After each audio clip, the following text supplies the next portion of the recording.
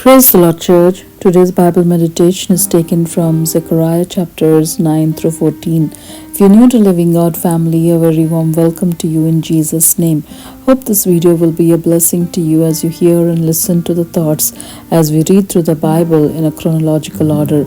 I encourage you to read the chapters during a personal devotion time and become recipients of listening to God's voice daily. Zechariah chapter 9 verses 11 and 12. As for you also, because of the blood of my covenant with you, I will set your prisoners free from the waterless pit. Return to your stronghold, O prisoners of hope. Today I declare that I will restore to you double.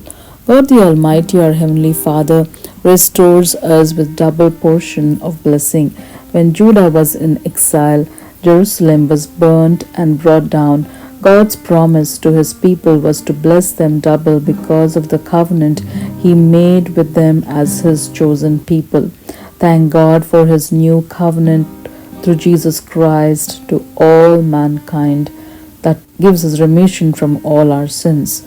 When we repent of our sins and return to God, we are cleansed by the spotless blood of Jesus Christ as a clean slate, and we have hope for double portion of anointing of his spirit, and whatever we lost will be restored back. As Isaiah chapter 61 verse 7 declares, instead of your shame there shall be a double portion, instead of dishonor they shall rejoice in their lot. Therefore in their land they shall possess a double portion, they shall have everlasting joy. Let's pray. God Almighty, our Heavenly Father, forgive our sins, we pray, and cleanse us with the blood of Jesus Christ. Restore us our lost relationship with you, and give us double portion of your Spirit to dwell in your presence both now and for eternity. Thank you, God Almighty, for the gift of salvation. Praise be to our wonder-working God.